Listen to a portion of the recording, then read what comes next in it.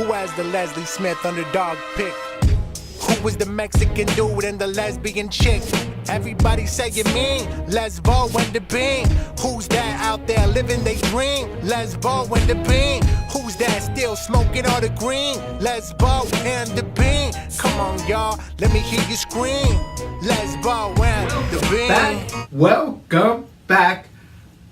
UFC Glendale coming at you. We have our 93rd episode. There's so much news going on right now. You ain't gonna get it here. We have a 14 fight card coming up that's starting off midday. You ain't getting that news. Not today. We're not talking about him. Not today. There's way too much other stuff going on. Way too many good fights. We're not talking about the trifecta that everybody else is talking about of fights in the 155. We're not talking about it. At least not this one. Not this one. There'll be plenty of time to talk about that 2 fight weekends from now when we have no fights. Exactly. But in between that time, remember to just like and subscribe if you can. Tell a friend. But either way, we got a heavy duty breakdown. Breakdown. 14. If you got nothing else, we need to get right into it. 14 cards. We're 14 starting fights. off 14 fights out of Glendale, California. This is going to be at sea level. This is going to be on the new commission. It's like 500 feet. 522 feet Which from doesn't sea level. even matter. Exactly. They're going to be probably still mollied out from the night before, getting all crazy. Is that what they do in Glendale? They might maybe a little something harder, but that it's California. California they love to party. So either way, we're on the new. California Knows how to party. California. Oh, that was 2 different songs. If we How to party in the city of Glendale.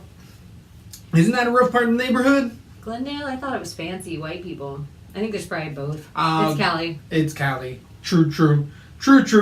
Either way, the new rules are going to be in effect, which means double fists Look at how down. racist I am. I thought it was fancy white people. There's all sorts of fancy people there. I was thinking it was definitely a lot of the beans kind of friendly foes out there. There's a lot of the beans out there.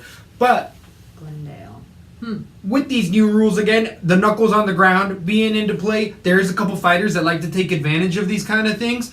Something to just keep an eye out for if there is one of those external factors during this heavy-duty day and afternoon of fights. Because here on the East Coast, we're going to start it at 3:30 p.m. On the West Coast, this is going to start about 12:30 p.m. midday card. I'm loving this early day airing because by 10 o'clock, I got plans. I can go somewhere else. I don't have to be up at 1 a.m. What's and next? just go straight to bed. Exactly. Maybe we could do a podcast. I can't promise that. We can't promise all But that. maybe. So, the first fight of the night coming out of Glendale is going to be Muslim Sakhliyev, the Russian Kung Fu or King of Kung Fu, versus debuting Ricky Rainey coming out of Bellator. Ricky Rainey's 13-4, 6'1" and 34 years old against a 33-year-old Russian Beirut FC fighter. Makhachev debuted already in the UFC, but he ended up losing to Alex Garcia via submission, I believe. Salikov. All these Russian names all weekend long have been thrown. I've seen so many that it's just a mix of letters in my head. I'm trying. And then thrown in with the Polish fighters of Jan Jacek throughout the weekend as well. And Kevokevich. Good point, yeah. So, we're trying. I can't say Ricky Rainey, though. And Ricky Rainey, again, debuting out of that Bellator, he likes to strike. His biggest loss as of late has been to Venom Page 2 years ago, and it was via TKO. He's since rattled off. Or prior to that was a while ago. He last lost a decision to Naji Kawani, but has rattled off 2 wins. Decisions both in Bellator. And I watched some of those fights. I don't like Ricky Rainey's gas tank at all. He's known as the sniper because he loads up his shots. His right hand, very right-handed. Has good head movement.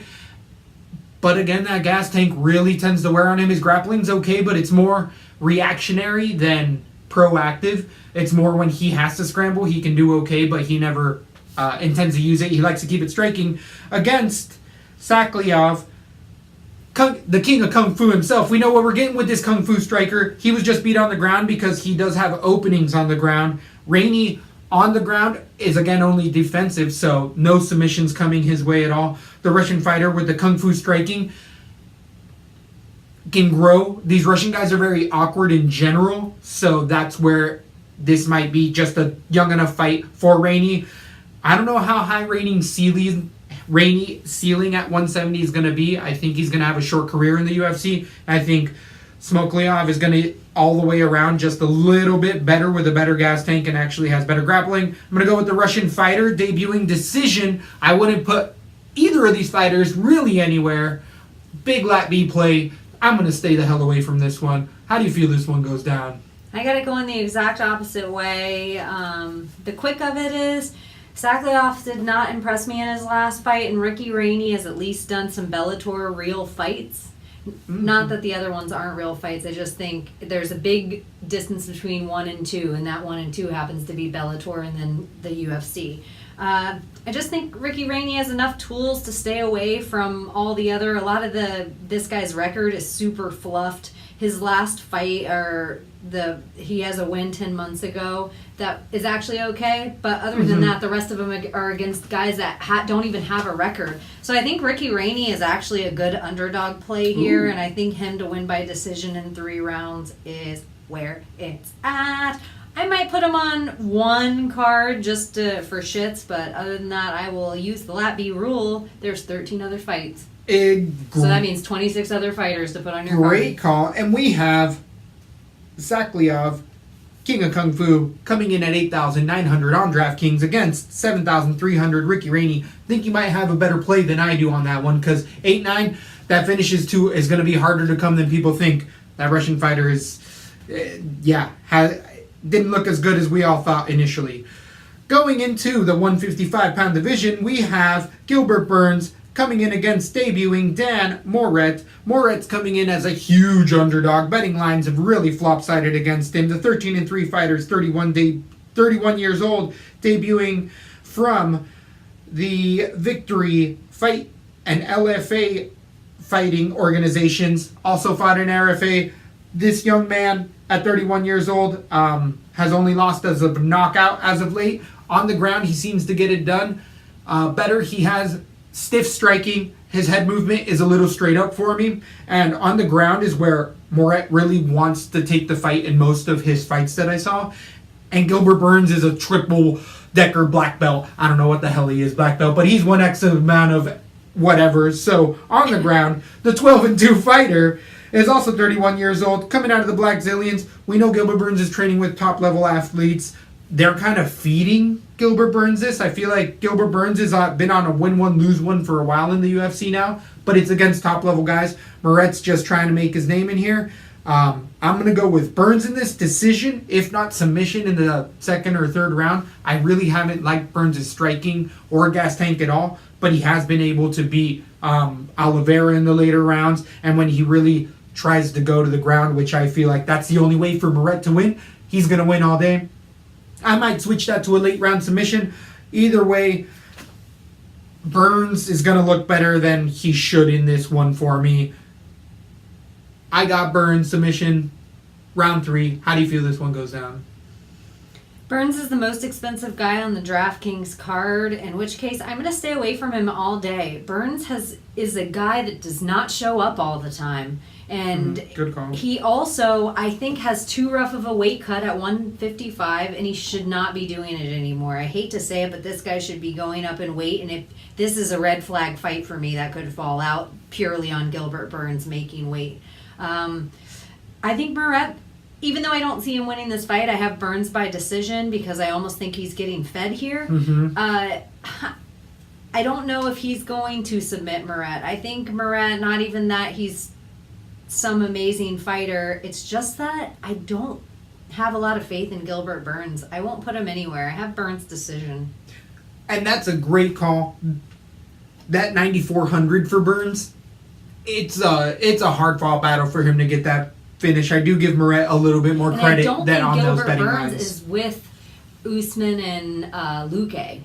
I think he went to the other part of Black Zillion. Either way, those are top level guys.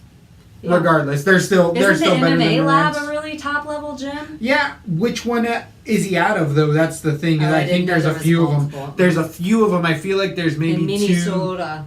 I feel like there's in Portland and in California. I could be totally wrong. I know there's at least one in Portland somewhere.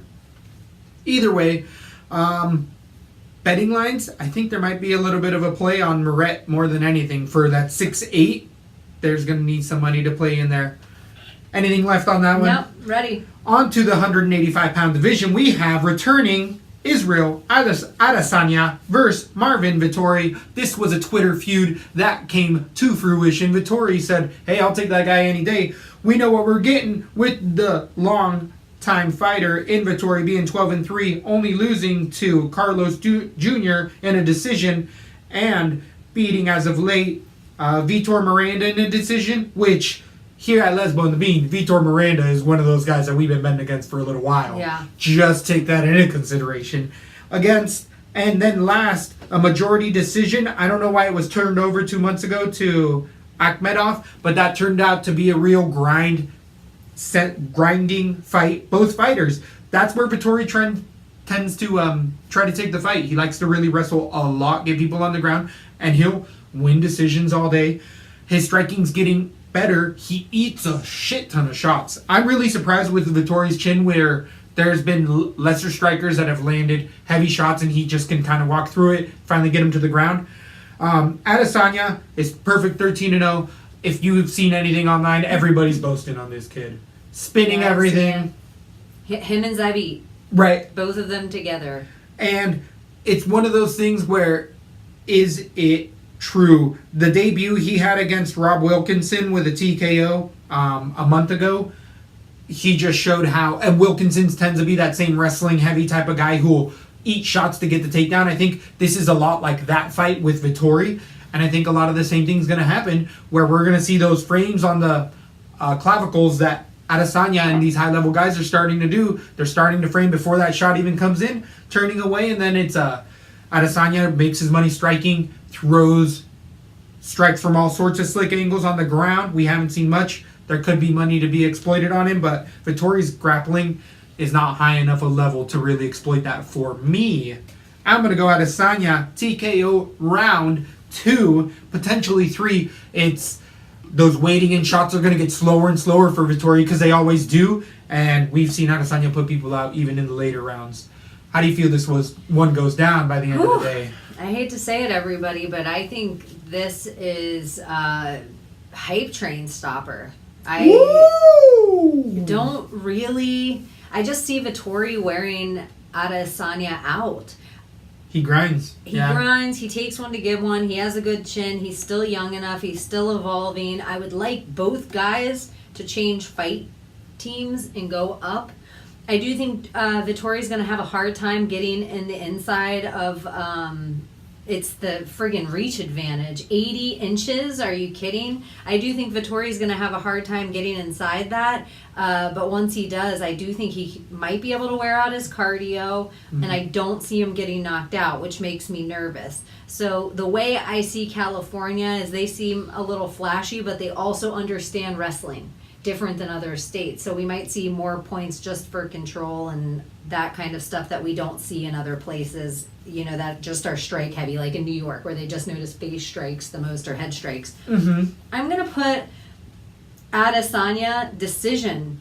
I think everyone's gonna ride him so heavy, and I think this is a huge step up. I don't think the rankings say, even though it's just what is it, eight people on the rankings, I think Vettori's been in the UFC a bit now for a young man. A little bit now. And I just think I'll be surprised if he gets knocked out. I don't know if Israel, not that he's not the real deal. I just... Rob Wilkinson also lost 2 in a row in the UFC, and Wilkinson lost to a 170-pounder in Barazari when he was at 80. Just throwing that out there to just be like, that's who Adesanya last fought. So it's a really good point that you're making. I don't think Vettori's a walkthrough, and I have Adesanya. I'm letting the right now. my head, I want to put Vettori decision, but I'm letting the sway of how heavy favorited Adesanya is to make me pick him decision. On DraftKings, you're going to have to pay $9,100 for Adesanya against Marvin Vettori's $7,100. Bit of a wager there if it goes to decision, right? Yeah. Then it'd be Vettori's going to be the one who's going to get the takedowns. I'm putting Vettori decision.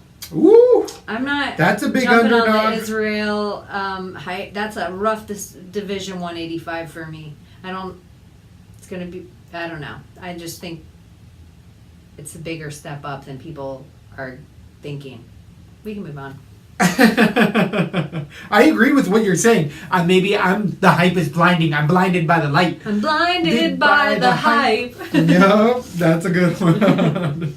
So, on to the bantamweights, 135 pounds. We have Alejandro Perez versus Matthew Lopez. This is definitely a scrappy Mexican on Mexican crime. Haven't we seen enough Latinos beating each other in the streets? Now we're going to see it in the ring, and these two high caliber fighters are going to actually bring a really good show. I think this could be fight of the night potentially. Leaking that one out. Even though Perez is known to be one of the guys who gets more split decisions in his favor than anyone. True. Losing to Sohamhath and getting his 2-fight winning streak. Is it racist of me if I think like those are two Mexican ass last names? Oh hell yeah.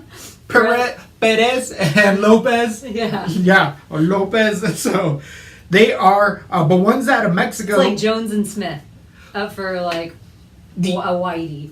But it is interesting that Perez is coming out of Mexico, but he's in the Jalisco or all Central, and this Californian American Mexican is just a different type of Mexican. They're still Mexican, but it's just Agua Calientes. Agua Calientes, hot water. So Lopez comes in with a heavy wrestling game. Really has shots. He's 10-2, only losing in the UFC to Rafael Assunção TKO 4 months ago. And prior to that, he lost to Haniaya submission. But in between those, he rattled off 2 wins in the UFC against Mitch Gagnon and Johnny Eduardo in a TKO. Perez really pushes the pace on a lot of people. Or Lopez does. Perez also likes to push the pace, but he likes to keep it boxing. He really has, I want to say, like Alexis Grasso style worth of boxing with good takedown defense and a good gas tank. He gets those weaselly splits because he makes them dirty. Perez does some dirty ass shit in the fight. How many fights have we seen where he like kicks or pokes you? I just feel like Perez is one of these guys that'll use the rules to his advantage or disadvantage. He'll try to play the game, and it's benefited him before. I do think that Lopez is going to be able to get it to the ground and turn this into a boring fight, though. Maybe fight of the night. I was getting a little hasty there. Maybe I was going a little overboard. Now that I'm really starting to break it down, do you think it's going to be a decision? Lay and pray, Lopez. How do you feel this one goes down? Decision, Lopez for me. Lopez got knocked out pretty gruesomely by Assunção 4 months ago. True. I don't really like that. Perez will make you stand and bang. I'm hoping his defense got better a little bit so he doesn't get taken down as much. I hate to say this, but I want to fade Lopez, and I think Perez is one to watch. So I got it the other way. I think dirty split Perez. But it's a dirty split. And if you know anything about LaTB, you know we like got those. Dirty split. We know some about the dirty splits. Got it. You might. Speak for yourself. Talking about, I guess not talking about a dirty split. We're moving on to the flyweights, 125-pound divisions. We have Shayna By the end of the fight, there might be 2 dirty splits. Shayna Dotson against Lauren Mueller in the debut. And Mueller's coming off of the Contender Series on the UFC, winning a decision there. Her 4-0 record's coming in against Dotson's 3-1. Dotson has 2 losses showing immediately on tap, and that's because UFC considers those decisions if they weren't legally sanctioned bouts. To Modafferi, she lost in a TKO elbows, and she beat Ariel Beck in a TKO. Dotson comes in with a ton of power at 29 years old. She actually was going to fight for the belt. Yeah. And ended up not making weight by like 3 or 4 pounds because she's undisciplined. Speaking of, I just have to say one more thing. Another hot red flag. Lopez will not make weight. He's another one to watch that won't make weight. Has he had trouble? I feel like he weighed in his last fight fat. Like 3.5 pounds heavy. Interesting. Anyways, If so, that is something to think about. So you're saying another fatty. I feel like there's a fatty in each fight. No wonder there's 14 on them. What I'm more saying with Dotson potentially is that we know that as soon as she got home to whatever it was, she was very undisciplined and potentially could come back as a lesser fighter if her weight isn't even under control. Because she was saying that she wasn't going to training as much and she wasn't that, and this woke her up. Did it? It was just the time until she got paid. We won't see till now. And she might have had to go work. Like a real job. Yeah. 100%. So does Lauren Mueller look like Lauren Murphy, or am I out of my mind? I could see that a little bit. I could totally see that. It's kind of crazy. Unless it's just the picture on. And I'm getting over Tapology. It's just not up to date enough. The fact that I still look at it with Black Zillions, some of the pictures that they have for the fighters are unbelievable. It's tough. I just think it's pretty tough to get, because the UFC won't have, on some of these debuting fighters, Tap will have way more than even the UFC. What about Sherdog? I don't know if you can make picks on Sherdog, though. I'm sure you can. I'm almost positive. But yeah, I just haven't really gravitated as much towards it. Have to check it out. Anyway. Either way, Mueller comes in with a grinding, higher pace type of a fight. Not much power at all. She likes to really take a punch and show her toughness in her Contender Series fight. The other woman she was fighting landed pretty much whatever she wanted, and Mueller just kept getting her to the ground and winning a close decision. Dotson, if she comes in like she has the potential to, she can sprawl and brawl, and she has enough power that I don't think Mueller's felt anything like it. When Dotson's on, she can throw that piston of a right hand and finish a lot of women. The thing with her is going to be that mental game, that whether she's what she does in her off time, whether she trains at all or not. At 125, she could even potentially move up to 135. I'm going to have Dotson TKO round 1, but as she goes on in her fights, there's money to be exploited on Dotson. We're going to really have to keep up with her. Mueller, I don't know if she's UFC competition. It's a fresh division, so she'll probably have a couple more fights. How do you feel this one goes down in the middle of the day? I'm staying far, far, far away from this fight altogether because I do think that Dobson's cardio can be exploited as the fight goes on. But I do agree with you. She has a ton of power, and I really hope for her sake she uses this. She seizes this opportunity, KOs this other girl, and goes crawling up this division. Right now, if she sets herself up right, she can get a huge fight with Valentina. Will she win? No. Nope. But will it be huge for her career? And will people know her name afterward? Yes. So this is kind of a fight. She can make it bloody. I also am going to put Dobson KO.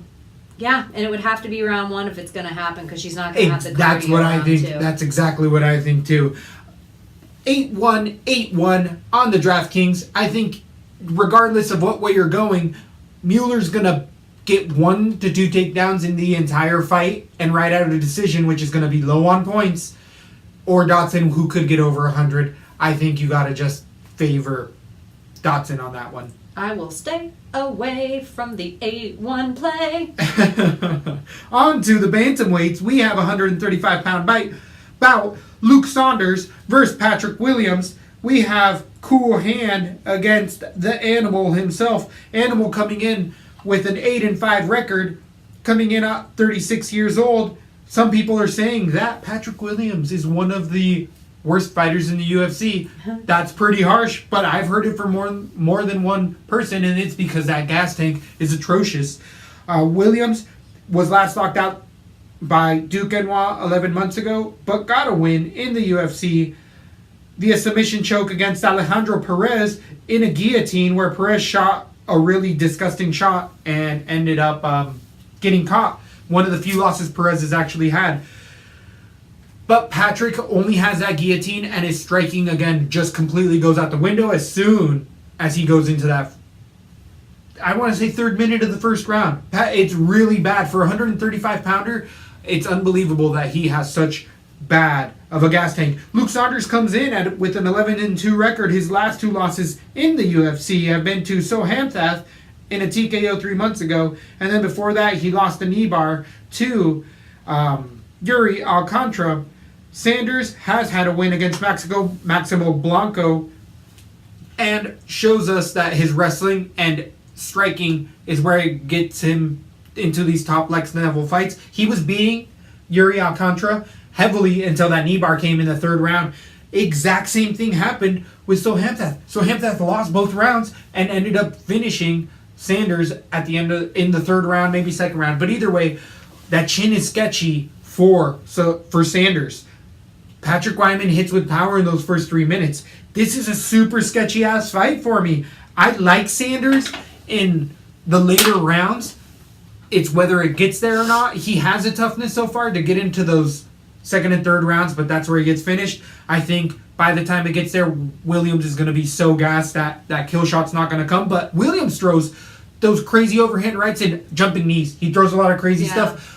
If it doesn't land, though, Sanders is a wrestler, and he won't let Williams back up. So I got Sanders' decision. I had it a TKO. The more I'm talking about it, this is a coin flip of a fight. Sanders shouldn't be a big favorite. That chin is just 3 months ago. And not because they're both good, but because they're both sketchy on that line. I think with a 2-fight losing streak at 135, Sanders is fighting for his life right now.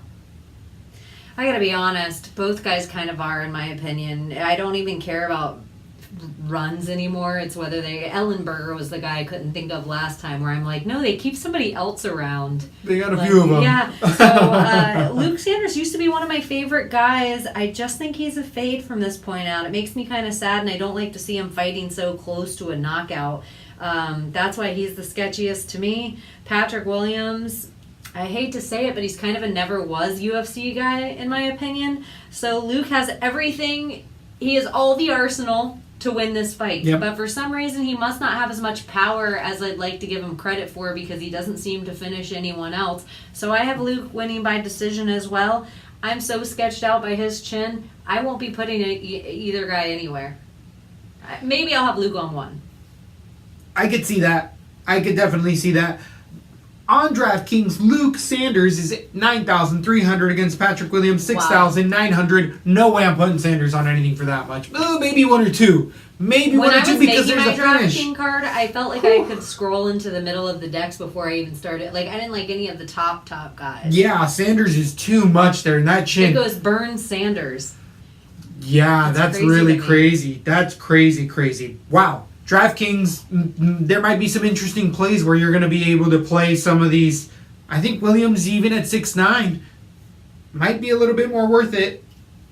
I'm not going to put him anywhere. Either way, we have another close one coming up in the welterweight division. Underdogs. Totally.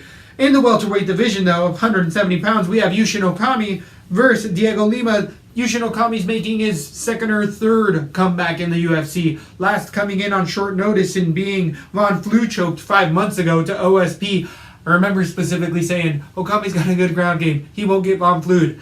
Oh, did I get egg on my face? And I keep bringing it up because that's the type of people we are here. I listened. But you know what? Even if you didn't say anything, I will never OSP go hater. OSP hater. But either way, we're seeing Okami at 170. He's tended to fight at 185. This is where I think USADA's made a big play. Yushin Okami. His last fight was at 205. Okami's always fought at 185. His first, when he was fighting back in the 2007, 8, and 9, even in 5s and 6s. But he was always the biggest Japanese guys you ever seen. Think about it. Why are we always like, wow, that guy's really muscular? He's on steroids. Oh, Yushin Okami's affected by USADA. Once he got off all the juice, his body is at 170 pounds. Interesting. Am I making this up? 205 against OSP. But that was because it was short notice. It was literally like the weekend before a fight fell out. And he walked in because he had a prior relationship with the UFC. So all the way to 170. Yep. But prior to that, all of his other fights were at 185 pounds. Yushin Okami being 34-11, longtime veteran. He's a bit punchy, is a bit slower, has good takedown defense, a good jab, and on the ground is serviceable more in that Japanese jiu-jitsu with that wrestling. On the ground, he just hasn't shown me anything. He's had a big winning streak coming out of Pancrase, submitting a lot of people, but beating Paul Bradley in a split decision and then decisioning Lobato 7 months ago in the UFC, he's just not there for me anymore. Diego Lima coming off of a 12-6 record, getting his last loss, the Jesse Taylor submission for the UFC belt. Jesse Taylor coming back in that redemption series and winning. Lima, though, has beat many people in a decision and striking. His striking, he's one of the Lima brothers. The other one is over in Bellator. But these guys are strikers, Brazilians. They're living in the States, fighting out of Atlanta, Georgia, American Top Team. Lima is nasty standing and on the ground. He's also more than serviceable. It's got good takedown defense and power. I think both the Lima brothers are going to make a statement as they go on. They both had ups and downs, but it's a learning process for them. At 28 years old, he's got a while to go. I'm just fading Yushin Okami heavy here. I'm going to have Lima everywhere, and I do think that Okami might even be the betting favorite. I just don't see it, especially with what I saw against, I know, the much heavier fighter in OSP. I just think all the way around, Okami is a shell of his former self. We just saw it with Joe Lozon. I kind of think the same thing might happen again. How do you feel this one goes down? I got a TKO round 1 for Lima. Wow. Ugh, I kind of have it the other way around. Lima, he's an okay guy. Yushin Okami can submit and Lima can be submitted is the number one reason. And I was on the fence about that until you told me he was coming down in weight even further than I already thought. For some reason, I thought this fight was at 185. So then when I found out it was at 170, he is such a big guy with such a big skill set. Coming that far down in weight, I just got to think he's going to be able to throw his weight around a little. And I don't think Yushin Okami has a shitty chin. So I'm going to go with Okami. I'm going to change the submission to round 2 out of respect for Lima a little bit here. I'm going to stay away from this fight as well. There's still other fights on this card for me. On DraftKings, you're going to end up paying $8,200 for Yushin Okami against the $8,000 for Douglas Lima. I think if there's a finish, for me, it's Lima. I think Okami could submit. I think that Okami does have good entries on his takedowns and actually good duck unders, I believe, if I'm thinking out right. And we've seen Lima exploited on his takedowns into the ground. I think you're making very valid points. Dare I say this is a coin flip of a fight? Could be a coin flip. I'm going to look at the betting odds real quick. We have Lima minus 110 against Okami's minus 110. The definition of a coin flip. There it is. So, on to the flyweight division, 125 pounds. We have longtime veterans John Moraga versus Wilson Hayes. The Chicano himself has made LaTB some of the biggest money as of late, with a huge underdog coming in as of late against Magomed Bagatinov, TKO 5 months ago. The 18-6 fighter has always been a top echelon fighter. Had a 3-fight losing streak, but it's really to top level guys when you look back at it compared to most other guys out there. Wilson Hayes coming also off of a 22-8 record. He has only lost to also top level guys coming off of a 2-fight losing streak too. Demetrius Johnson and Henry Cejudo, which most people are saying are the top 2 in the division right now. Cejudo really looked better than he ever had at that point. Hayes has kind of arguably really started to decline. I think his prime was a little time ago at 33 years old. I think Moraga looks at 34 a little bit younger in his movement. Moraga has always taken a punch well. Hayes hasn't, and even as of late, Hayes has really started to turn the shoulder when he gets hit. Every time I see Hayes in a fight, I feel like maybe it's just the highlights because he's been finished brutally, but it's been brutal finishes for Hayes where Moraga's in a dogfight, and those losses are coming in dogfights. The last 2 wins Moraga has had again against Belgatinov and a decision versus Makhtari. Moraga comes in with the wrestling. Hayes comes in with all the wrestling, or with all the jiu-jitsu stuff, but also a good wrestler. Hayes has good kickboxing. In the transitions is where I think Moraga is better, because Hayes does good just in jiu-jitsu, Hayes does good just in striking, and in the in-between is where he can get put on his back. I think Moraga can land those takedowns and just hold him up against fence. I think this is a decision all day for Moraga. This is a coin flip of a fight for me. Hayes can also get this. I think this is a dirty split, the more I'm thinking about it. But I got Moraga, dirty split. This is a close one. How do you feel it goes down? This actually got to go against you and John Moraga. I like him. Wilson Hayes is just that top 5 guy. There's a long distance between DJ and Cejudo, and there's a long distance between Cejudo and Hayes. But then once you get to the 3, 4, and 5 guy, they kind of lock up. John Moraga's not there yet for me. So I'm going to have to go against him on this and just think it's time for Wilson Hayes to put a win or a W in the win column here. I think it's time for him to get a win, and he is a really good guy. He throws a shit ton of punches, has total forward pressure the entire time. I think it's going to be hard for John Moraga to get that kind of takedown with it. He has a good sprawl. Like it's hard to get Hayes down. He has good takedown defense. I just see John Moraga slowly getting picked apart and Hayes winning by a decision. I don't see a finish either way, so I might be tentative, but I might have Wilson on a few cards. Wilson on DraftKings is 8,600 against John Moraga's 7,600. Wow. I thought it was going to be closer. I thought it was going to be a lot closer than that as well. The betting lines are actually Wilson Hayes a minus 110 favorite against the plus 120 Moraga. So I'm going to put a couple bets on the underdog there, parlay them up with a couple other underdogs. This is how you're going to make your money, is a couple of these guys coming in with a winner. But we have some really close matchups. It's been a pretty fun breakdown, I feel like, stylistically, because there's real avenues for both guys. One of those avenues that is going to be cut off very quickly is going to be in the heavyweight division. We have Ajar Boulard, the first UFC fighter to get a turban cleared into the UFC, because headgear was not allowed and they didn't let him his first fight in the UFC, which he was victorious with a 7-0 record. The wrestlers coming in at 31 years old against Adam Wujurnik, the 9-1 Polish fighter, 26 years old. Last win coming in off of Anthony Hamilton in a decision 4 months ago. Hamilton went across the border or across the seas and definitely met him there. The gas tank for Worcestershire, what's his name? Worcestershire sauce? What do I want to call him?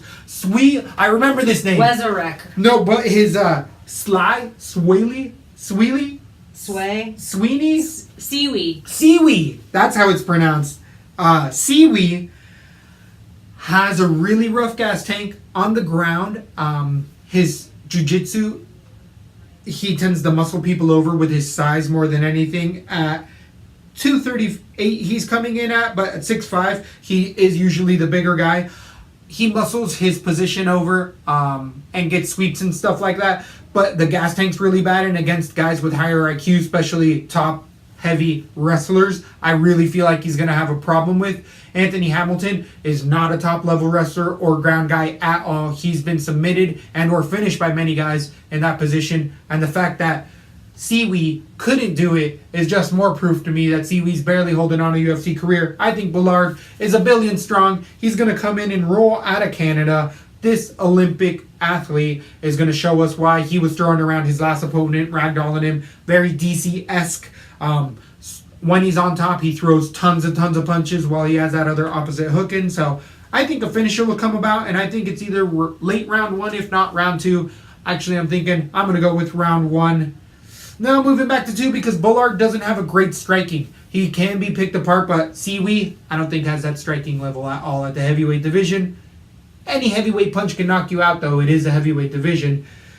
I still got Boulard TKO round 2 on the ground. How do you feel this one goes down? Oh my gosh. You know how I love a Polish fighter. True. I wanted to look back at how I pick with him, but I can't find it. I don't know how I feel about either guy so much. It's like, I think,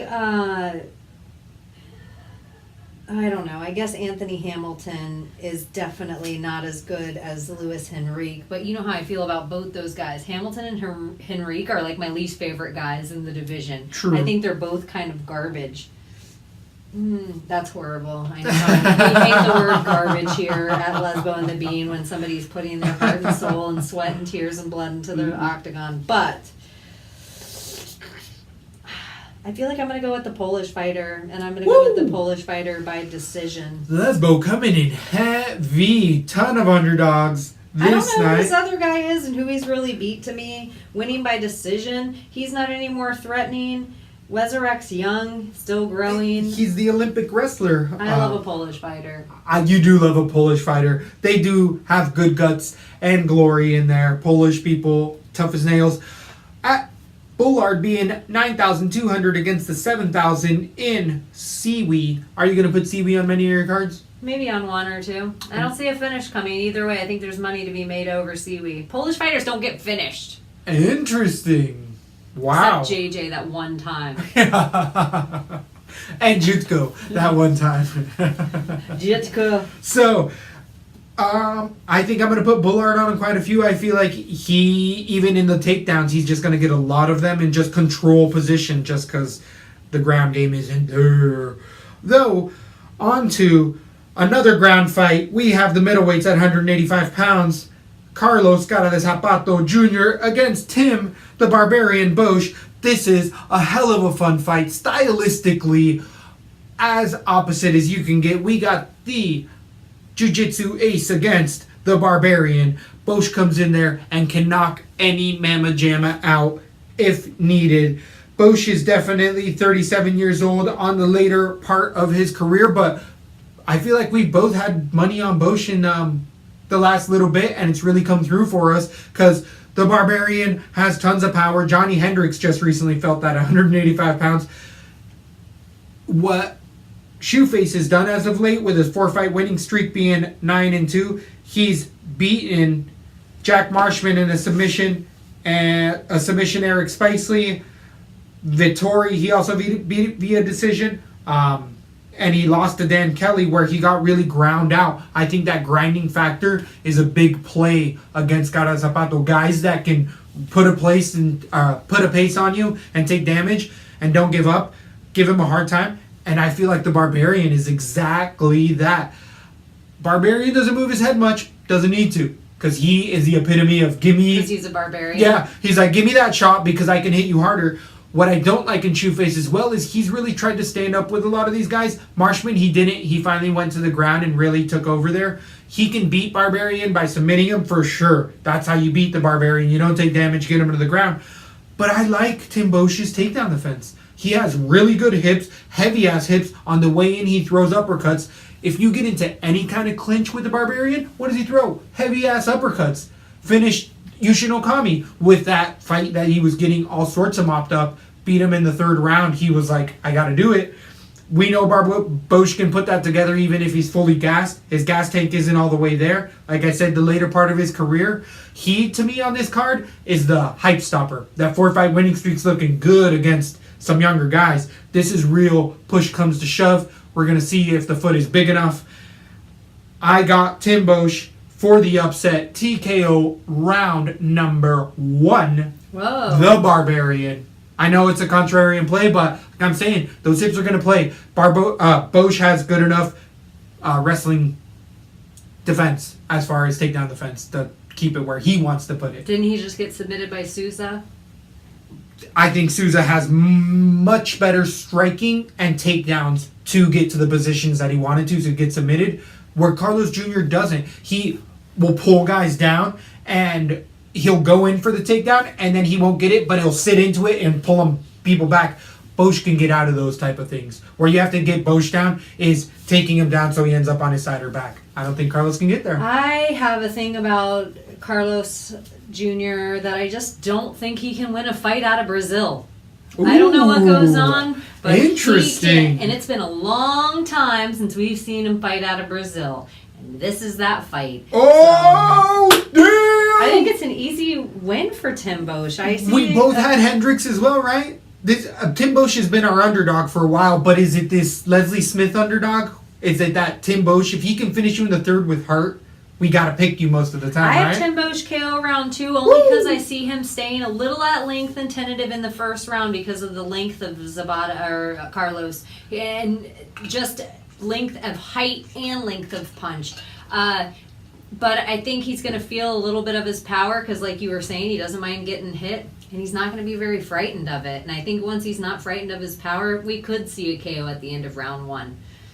Maybe just as likely. Right now I have Bosch KO round 2, but that's an easy pick for me. I don't like Shoeface fighting out of Brazil. I love it. Is that our definitive, so far, the one that stuck out as that LaTB play? Because we've been pretty opposite of each other. Bosch is the heavily favored underdog, or unfavorited, I guess, at plus 222 against Shoeface's minus 260. I'm looking to make some money moves. I got Tim Bosch and a couple other underdogs together there. At 9,000 for Shoeface against 7,200. I also am liking Tim Bosch and a couple of those. I am going to split both of these guys up because I do see a finish happening if something I do see if Zapata wins, it's a submission. If not, he gets finished. I don't see Sabata winning at all. I won't put him on a card. A card. I think, okay, you might have swayed me there. But go do it. So, anything left with that? No, I think I'm that good. Fun one. On to the main card. That was the headliner, that last one. Here we are on Big Woo! Fox. No. Like and subscribe. Maybe we can do one of these live Fox ones because we can turn it on itself. Can we rebroadcast regular public TV? Because that's regular old like kept like this. Oh man, always trying to keep us down. The man trying to But keep we could us still do down. a fight companion. We still need to figure out a fight, compadre. You're right. Fight companion. I even picture it too. I like with a Mexican, like a luchador mask. A drunk tío. I think a drunk tío. What's that? A drunk uncle. Oh, like mustache. Yeah, the drug eyes. Drunk uncle. Drunk tío. Yo. Maybe you that's drunk. the name. Maybe the fight drunk uncle. So, the main event, if you haven't subscribed or liked, you should do it. We're starting it off with Krzysztof Jotko. We were talking a little bit earlier against Brad the Heartthrob Tavares. We have two veterans in the 185-pound division. Jotko's coming in with a 19-3 record against Brad Tavares is 16-4. Jotko's coming off a 2-fight losing streak to David Branch in a split decision and Uriah Hall TKO punches, where Uriah Hall lost handedly one of the first. If it would have been, it could have been a 10-7 round. He was getting mopped up. Jutko gassed, and Uriah Hall came back and just beat the living daylights out of Jutko. What we know, what we're getting with Brad Tavares is a good gas tank, good takedown defense, crisp boxing, Handsome face. good bod, He's one big of the hands, cutest guy in the UFC. lives in Las Vegas. He's He a likes good to dad. walk on the beach. Oh, is he single or is he married? I think he might have a side chick, but there's always hoping. Brad Tavares. A side chick. Brad He may be a Tavares really out of good Vegas. loyal boyfriend. He has a side chick. I'm just dropping dives all over Brad Tavares.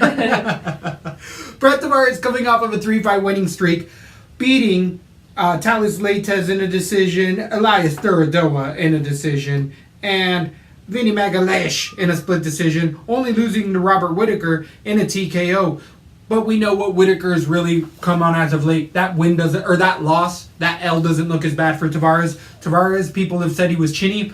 I haven't seen him in his last 3 fights. He's taken a good one in every single one of those fights and kept moving forward.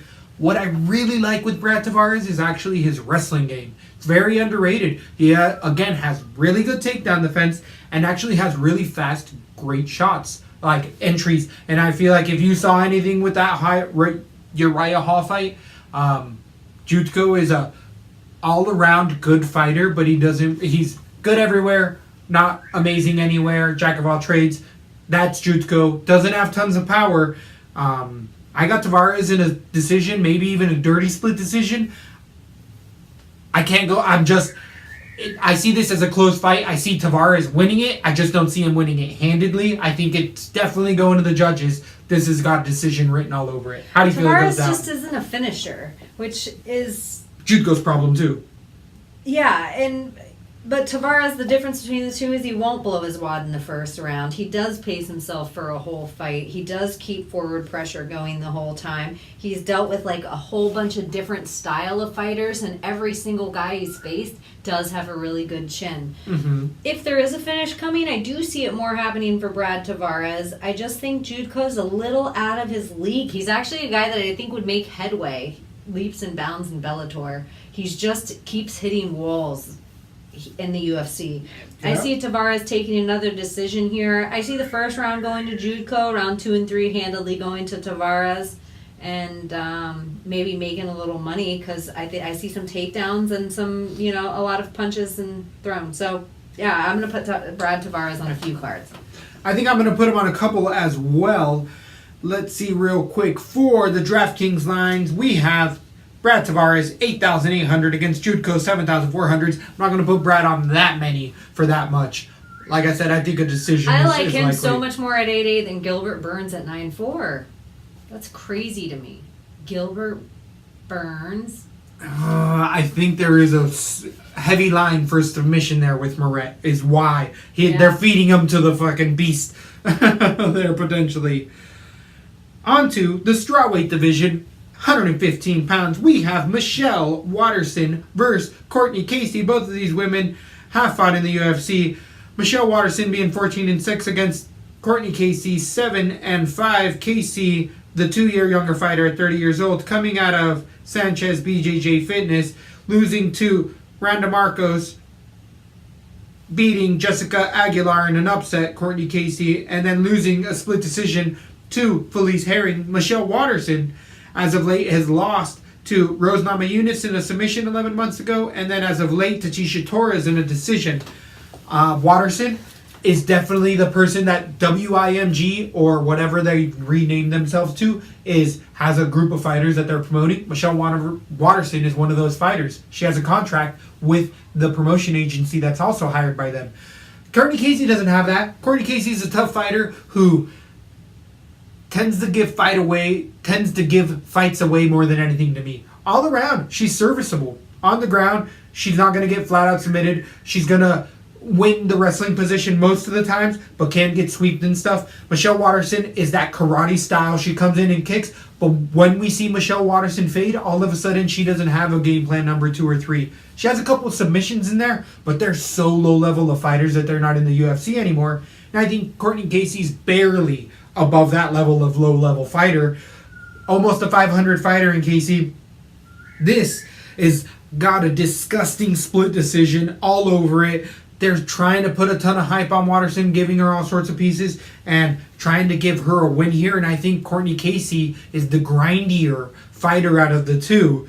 But this is such a stay away from. I don't see this putting anywhere. I don't see how you can pick this fight. People want Waterson. I'm going to swing Casey's way into decision. Dirty-ass split. You're going to have to take a midnight shower after this one. Or, a mid-afternoon shower, because this is going to be in the evening. How do you feel this one goes down? Could be an exciting first round. I think it quickly fades after that. And then maybe if you have some chores to get done, like letting the dogs out, or maybe washing a couple dishes, or getting your friend a beer. That's the time to do it. I also have Casey in a decision. I think they hyped Waterson from the beginning, and I think she came in hot and did some impressive things, and then she met this echelon of UFC caliber women that are just stifling her. Casey's a grinder. She's okay everywhere.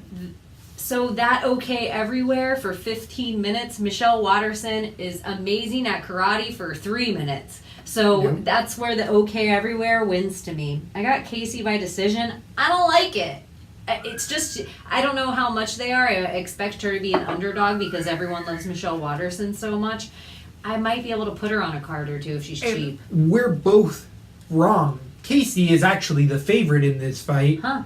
2, Michelle Waterson, minus 130 for Casey against the plus 110 for Waterson. Even on DraftKings, 8,300 for Courtney Casey against the 7,900 for Waterson. That's right to me. I think that's right too. And I do feel like the lines might have switched a little bit here. I do think Casey was the underdog initially, but bettors have come in heavy. I can't get the exact lines up right now, but either way, interesting how most of us are seeing it that way.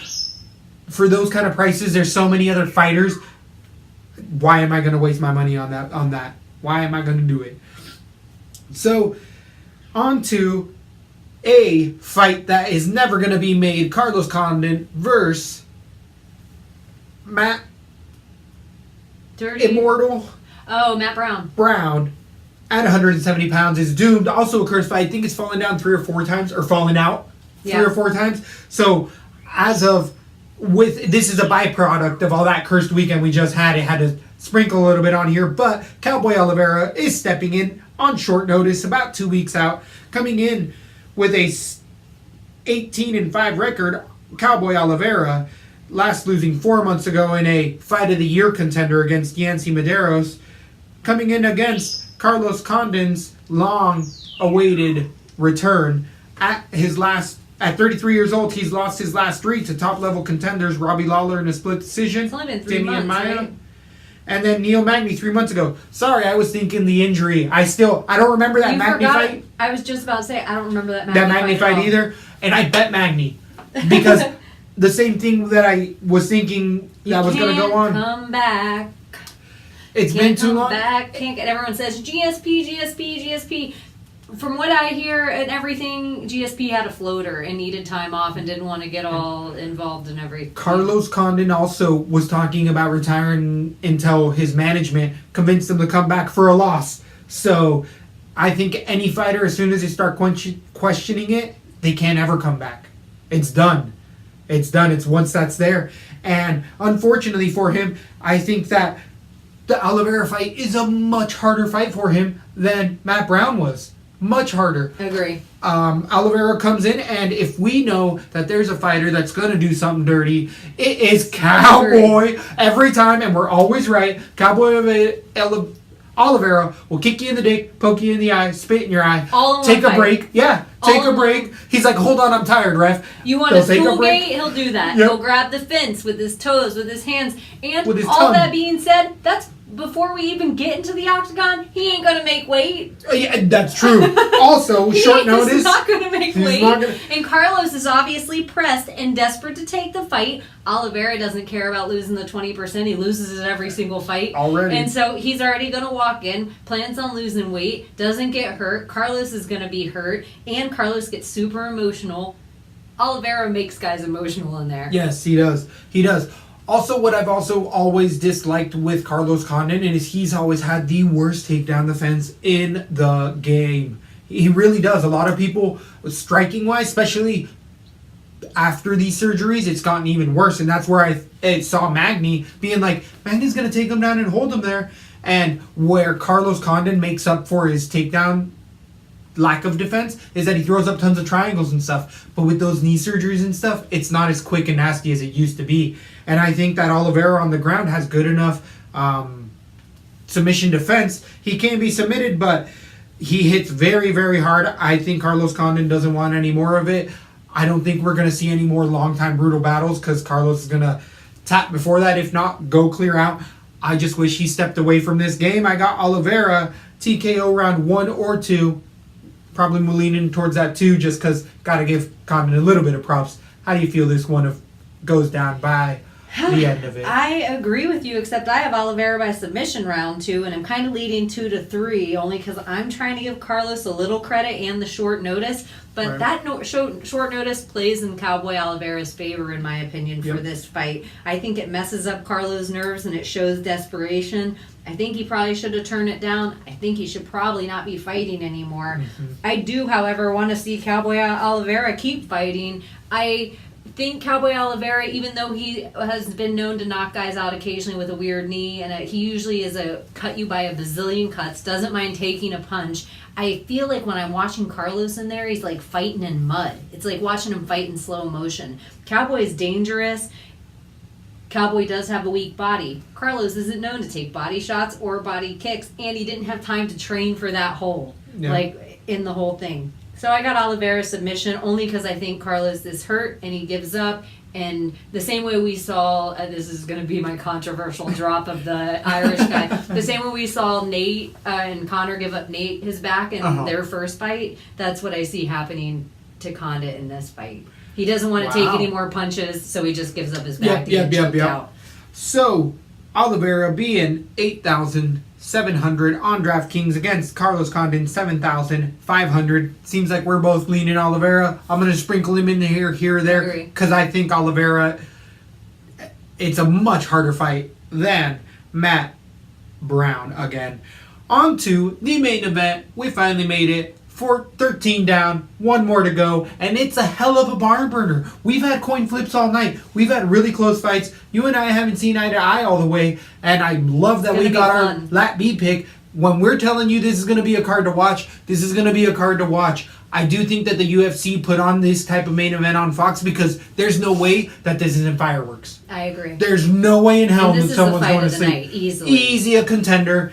Fight of the year. Maybe this could fight be a of the contender year. all for that. Any Justin Gaethje fight could be a potential fight of the year because we know what we're getting. And Dustin Poirier. You gotta give the Diamond some credit. He throws some heat. He definitely throws some heat. So the main event at 155 pounds also just keeps on thickening up that 155 pound division that is ever present in our eye right now. Justin Gaethje comes in with that brute forward anti-wrestling, has to take down the fence if needed, but tends to love to strike, has a devastating leg kick, has wonderful body shots, takes a punch to give a punch, and knows that he was going to get knocked out. It finally came in his second fight in the UFC where he was finished by Alvarez in one of the fights of the year. In one of the fights of the year, I mean, that wasn't given to Eddie Alvarez. That wasn't a Jose Aldo knockout shot. That was a brutal fight. That type of fight changes your life. Yeah. That takes a year off, 2 years off of your life. Justin Gaethje, every time I see him, I feel like his eye gets a little more crossed. Every time I see him, he's known to step back from practice because apparently he used to be in that mentality more, known to brawl, and we've seen legendary fights in other ventures with him, and I think that he might be just on the way down of his peaking. I think we might have got him a little late, and it's more conducive to his lifelong wrestling career because he's a Division I wrestler, and just the fact that he gets hit so much that he has an even shorter span than most fighters. Most fighters will go to the takedown game. He does not care. Dustin Poirier has a ton of power, has always had power, been one of the big underdog guys for a long, long time, comes through a lot, coming off of that big win with a 22-5 record. Dustin Poirier just beat Anthony Pettis, made him quit in there with that triangle body lock, but really pieced him up the whole fight. We know what we're getting with Dustin Poirier coming out of Top Team. Good gas tank, hard left hand, he's a southpaw. He sets okay traps, he's gotten better, and tough as nails. Out of the two fighters, though, if there's one to break, and I've seen one of the fighters break, it's been Dustin Poirier for me. His wrestling has also gotten better, but it's not going to be as good as Gaethje's, but they're going to stand and bang. The thing with Dustin Poirier, though, is that left hand hurts a lot of people, and Bobby Green and other fighters they've asked fighters, like, who's the hardest guy that's ever hit you? And multiple people have said, Dustin Poirier hits fucking hard. They'll never say it's the hardest because they're like, well, I had heavyweights hit me. Yeah. But in the division, people will say Dustin Poirier hits really hard. So we got to be careful with that left, especially with a knockout coming 4 months ago, 3 months ago. Here at LaTB, we don't like that short kind of turnaround, especially in another brutal, brutal fight. Again, the quit is in Poirier, but right now, I am so up in the air because of this short notice turnaround and the fight style that Gaethje has. I think Poirier can catch him in the first and get it out of there, and it's more because in hindsight we'll say, well, he took a fight too short. Well, duh, stupid. We should have seen it. Yeah. And I feel like that's the moment here. All the way around, I would have Gaethje until today.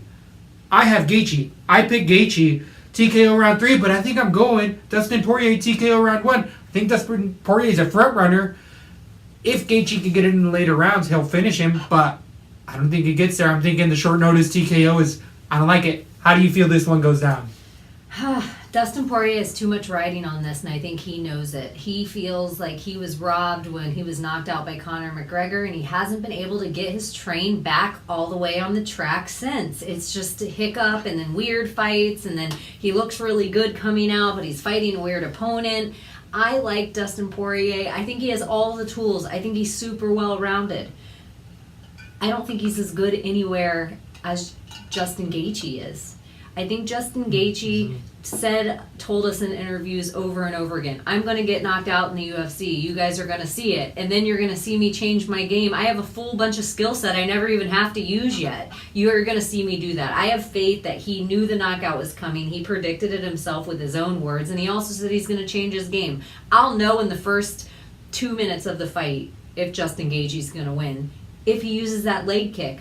Yes. Mm-hmm. Did he use the leg kick against Eddie and Eddie couldn't walk for 2 weeks afterward? Yeah, he used it. Did he use it as much as he used it against Michael Johnson? No way. Mm-hmm. No way. So if Justin Gaethje comes out and uses those leg kicks, like you were saying, he also has the wrestling, so I'm not worried about it there. I think Justin Gaethje has better hands than Michael Johnson. I think he showed it in that fight a lot. I think they both were taking one to give one. Mm-hmm. And Dustin got knocked out by Michael Johnson. So I think I'm going to go with Gaethje, KO round 4, tap to leg strikes. Woo! I think it could even come round 3, because how much can the body take? This is a 5-rounder. This is a 5-rounder being the main event. Good call. This is a fun one. I could wake up, like I said, all week long. I had Gaethje. I had Gaethje until right now. I had Dustin Poirier until you were starting to talk, and then I was starting to replay it in my head. The one thing I'll totally agree with you on, if this fight was 3 months from now, 6 months since his knockout. Gaethje all day. Gaethje all day. All day. And I don't like that, because I was really feeling super high on Dustin Poirier. Like, I was feeling, especially after his last fight. But then when you were, that's what changed me on it. I'm not high on Pettis like everybody else. I think Pettis is a walkthrough in the division at this point. And so that win to me, when I look at the guy's Gaethje, even though he's new in the UFC, so if you come at it like, hey, new guy in the UFC, yeah, but he's fought 2 monsters already in Mike Johnson and Eddie Alvarez. And like you were saying with the Eddie Alvarez fight, that was also a 5-round fight, wasn't it? Wasn't it a main event? Which one, out of Alvarez Gaethje? Yeah. That was also a 5-round fight. It was in the 4th round. I think it got Gaethje finished. KO round 4. I think those leg strikes add up. Woo! I'm moving it to round 3. They add up a little quicker than the 4th round. Oh, you're gonna have to follow us on Twitter wherever you can at The Bean, at Zoltanite. Where can we find you? You can find me at Weak Neck Baby on Twitter, and you can follow us at Lesbo and the Bean on Twitter, or you can write us at Gmail. You can find our website at lesboandthebean.com, and we'd love to hear from you. And we're also getting a whole bunch of stuff from our audio listeners that they're pissed that we released something on YouTube only. So we are debating right now if we should release the audio version of that. So we have it. So we have that audio version. We can release it just audio. I think so. Okay. I don't know. I think so. So, anyways, I don't even know. I don't even know. If Real quick, we don't have to jump all the way out of here. We just to clarify, we're gonna end up picking Tim Bosch as our Leslie Smith underdog. Pick of the week. So there's money to be made there. The wager gauger, I don't know if I definitively had one this week. I don't think it came out, so we'll leave it. As we were talking, of what people were iffy, but we picked on so many different ones that, again, you gotta watch this card. People are gonna say good things after this is said and done, and for good reasons. For good reasons. Anything left for this one? Heavy week ahead of us. No.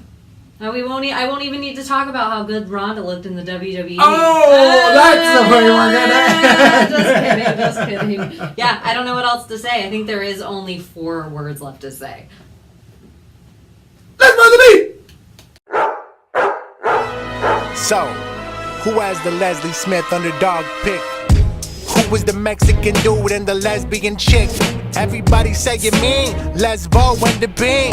Who's that out there living they dream? Lesbo and the Bean. Who's that still smoking all the green? Lesbo and the Bean. Come on y'all, let me hear you scream.